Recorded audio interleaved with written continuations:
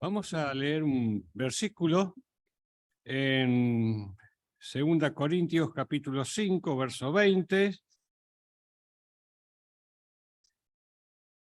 Capítulo 5 de 2 Corintios, verso 20. ¿Lo tienen?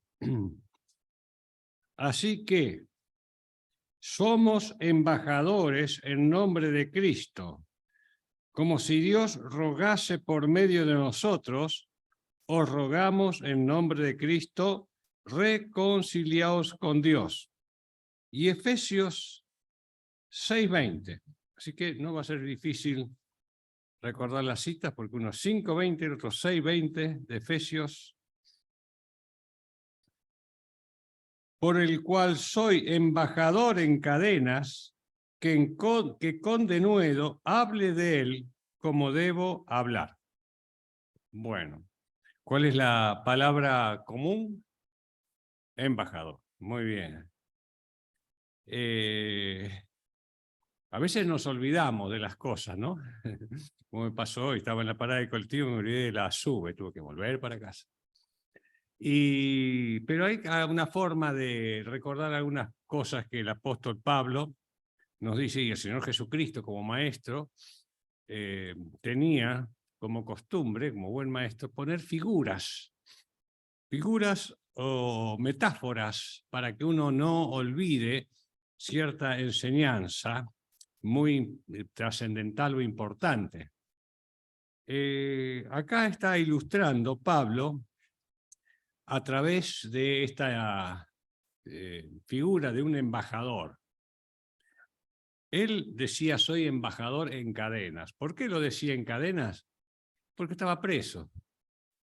Pero preso predicaba el Evangelio. Preso escribía cartas, dictaba las cartas. Preso predicaba y así hombres como el carcelero de Filipos conoció a Jesucristo. Y todos los que le oían, los presos que estaban allí también, era una manera de llevar el mensaje del Evangelio, todos los que estaban ahí. Así que Pablo, pero acá en 2 Corintios dice somos, o sea, está hablando en plural. En Efesios dice soy embajador en cadena porque él estaba preso, los otros no. Pero acá nos habla en plural. ¿Qué es un embajador? Yo creo que tenemos toda idea de lo que es un embajador. Es un diplomático de alto rango, ¿no es cierto? De muy alto rango. Y es un diplomático que está reconocido por la persona que preside el país al cual él representa, porque un embajador representa a su país en otro país extranjero. Y el que lo designa es el primer mandatario.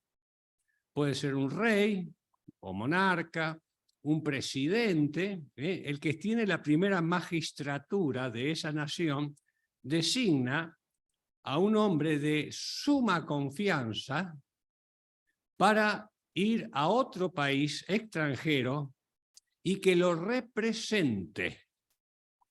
Ahora, esta persona de suma confianza tiene que tener una preparación diplomática acorde a las circunstancias, ¿cierto? Seguramente tiene que saber el idioma del país a donde va dirigido, aunque quizás no sea tanto el idioma, pero sí una preparación diplomática muy, muy buena. Y esta persona tiene que conocer las reglas y las normas del país que representa. Y también tiene que conocer las normas y reglas del país donde está viviendo y representando a su primer mandatario. Así que Pablo usa este término para decir que nosotros somos embajadores. Ahora, el embajador tiene un ministerio, porque la palabra, yo no lo resumo, Pablo está hablando de un ministerio en la 2 Corintios. Habla de un ministerio, los versículos anteriores, capítulos anteriores, van a ver, dice que tenemos un ministerio. Un ministerio está a cargo de un ministro. Otro personaje de rango muy alto. Y el ministerio, que está llevado a cabo a través de un embajador en un país extranjero, tiene que tener la misma filosofía, la misma ideología, los mismos términos del país que representa. Y siempre que se habla de un embajador o de un ministro, está trabajando para el beneficio de otros. Un ministerio, ustedes saben lo que es un ministerio, ¿no es cierto? Bueno, en este país dice que se han creado no sé cuántos ministerios, cada vez más, ¿no? ¿El propósito cuál es? Defender el progreso de las personas a las cuales está dirigido ese ministerio. No es algo que tiene que ser para beneficio propio, sino para beneficio de las personas. Así que un embajador tiene, por sobre todas las cosas, privilegios. Tiene privilegios y tiene, ¿qué cosas también? Responsabilidades. El privilegio de un embajador, mire, yo quisiera leerlo porque lo que dice el diccionario, directamente, yo no quería perder mucho tiempo. Es alguien que representa a su rey o presidente que está ausente, cuyo prestigio y honor debe representar. El embajador no se mueve ni decide por sí mismo. Todos los recursos de su país están detrás de él. Tiene acceso y amistad personal con su soberano en forma directa. Cuando hay algún problemita o una consulta, el embajador levanta el teléfono y lo que primero que hace es consultar con su soberano o quien lo designó. Inmediatamente el teléfono está allí a disposición del embajador para confirmarle o preguntarle algo a su representado. Así que el embajador tiene la garantía y la seguridad del país que representa. Ustedes saben que conocen a lo mejor algún edificio de alguna embajada. Ese edificio de esa embajada es como si fuera el país al que representa y es intocable. Nadie puede entrar, ni el propio país donde está representando puede entrar allí. Una persona que se refugia en una embajada es intocable. No lo puede tocar, aunque si es perseguido por alguien, y eso es otra de las cosas que tiene el embajador o la embajada. Tiene que defender y proteger a los ciudadanos del país que representa en el país extranjero. Recuerden esto, tiene que defender, proteger a los ciudadanos de su país en el país que representa. Así que cuando entra en el ámbito de la superficie de la embajada, el ciudadano ese está protegido totalmente. Bueno, en cuanto a los renegocios, por ejemplo, de su país a que representa el embajador, él está totalmente tranquilo y garantizado, no tiene ningún problema. Está seguro que no le va a pasar absolutamente nada. Bueno, esto no es difícil relacionarlo con la metáfora que está diciendo Pablo, de que somos embajadores de ¿quién nosotros? Del cielo. Un país, esta no es nuestra ciudadanía está en los cielos, donde está Cristo sentado. Somos embajadores de Cristo. Tenemos la seguridad y la tranquilidad y la fortaleza de que Él, que nosotros somos embajadores y Él nos protege y Él nos cuida. El embajador del Rey de Reyes. ¿Qué les parece? Ahora vamos a ver las responsabilidades. Estos son los privilegios de un embajador. Dice el diccionario, no debe asociarse con nada que no tenga que ver con los intereses de su país, no comprometiendo a su soberano. Ustedes saben que el embajador, ¿cuántas horas al día está en función? Las 24 horas. Ahí no dice, bueno, de lunes a viernes a las 8 horas, puede ser que la embajada tenga un horario administrativo, pero el embajador está durmiendo, está acostado, hay un problema, lo despiertan y él tiene que levantarse enseguida. ¿Qué pasa? Tiene que... ¿Las vacaciones? ¿Tiene vacaciones? Siempre y cuando el que lo envió o el que lo designó sepa cuándo y en qué momento. Él no puede tomarse vacaciones en cualquier momento, porque tampoco tiene vacaciones en enero o en febrero, o en el verano, donde sea. No, él tiene que estar a disposición de su país las 24 horas del día, las 365 días del año.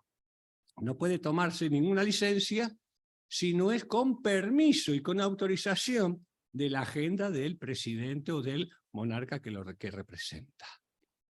Por eso hace unos años, y tampoco otra cosa, él no puede ir a ninguna fiesta ni a ningún lugar secular que no sea con motivo por el cual se le ha designado.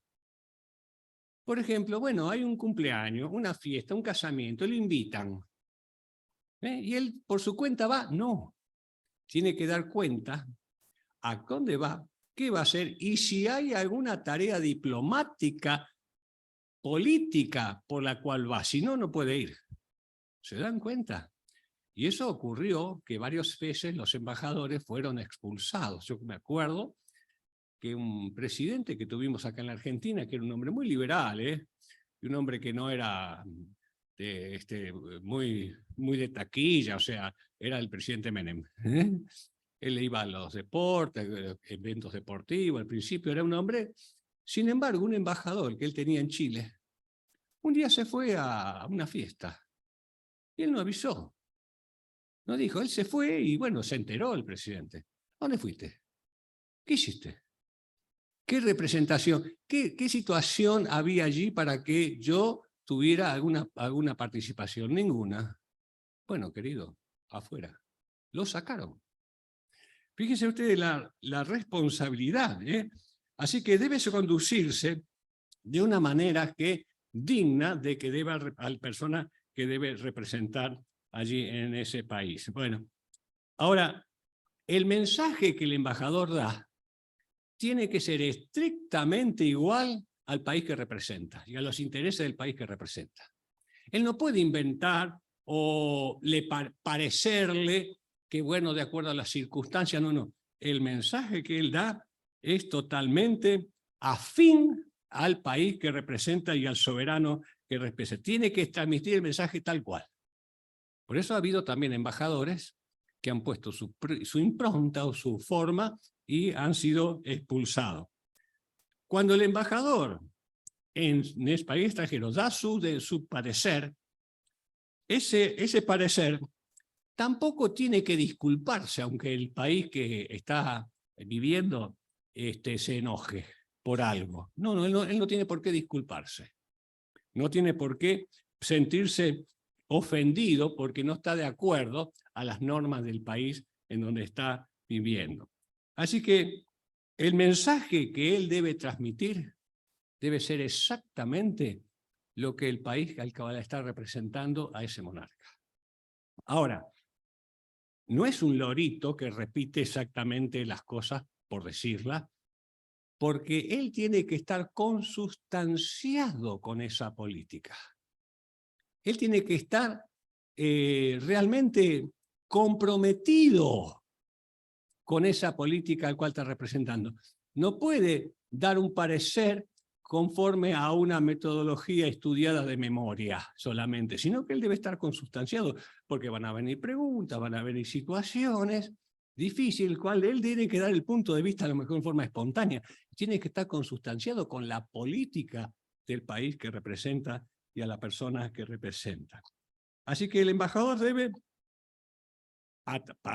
por ese motivo, él debe persuadir con sus argumentos a la oposición en el país que a lo mejor le está poniendo alguna traba o una situación difícil. Así que no es difícil, hermanos, entender y hacer una aplicación a lo que somos los creyentes. Embajadores, todos iguales, Así como somos sacerdotes y reyes delante de Dios, somos todos embajadores. Por eso es importante que esta carrera diplomática sea llevado a través de ese ministerio que el Señor nos dio. La epístola a los Corintios nos habla de un ministerio. Al principio de la epístola habla de un ministerio que es el ministerio de consolación. Y en esta parte de la segunda de ministerio habla del ministerio de la reconciliación. Por eso, allí dice, embajadores en nombre de Cristo, como si Dios rogase por medio de nosotros, os rogamos en nombre de Cristo, reconciliaos con Dios. Es el mensaje de la reconciliación, el mensaje de salvación. Así que tenemos el ministerio de la consolación, porque los corintios habían caído en pecados muy graves y groseros, de cual la primera carta fue una carta muy dura de Pablo. Y los corintios recibieron esa carta y les hizo muy buen efecto y se arrepintieron. Y tal es así que aquellos que habían caído en pecados, que se habían avergonzado tanto, que después Pablo tuvo que escribir otra carta diciéndole, bueno, hermanos, consolaos, porque Dios, al que se arrepiente, Dios perdona y restaura. O sea, viene esta carta consolando la situación del arrepentimiento que habían tenido. Así que, hermanos, la pregunta es, ¿estamos nosotros calificados para ser dicho ministerio y representar, así como embajadores, al Rey de Reyes y Señor de Señores? Yo creo que es una preparación y una situación que nosotros debemos estar constantemente ocupados y preocupados por ello. Que el Señor, cuando nos apruebe, nos detengamos, porque todo dice la Biblia. Después, aquí en Corintios, como en Romanos, dice que tenemos que dar cuenta a Dios de nuestras cosas, de nuestros hechos. Que el Señor sea la aprobación aquella que dice, bien hecho, buen siervo y fiel, sobre poco has sido fiel, sobre mucho te pondré. Pero el Señor no nos desecha si somos malos embajadores, pero nos da oportunidades para restaurarnos. Así que qué hermosa es la obra de Cristo en nosotros y qué maravilloso y qué responsabilidad y privilegio que tenemos nosotros como embajadores del Señor. Que el Señor nos bendiga.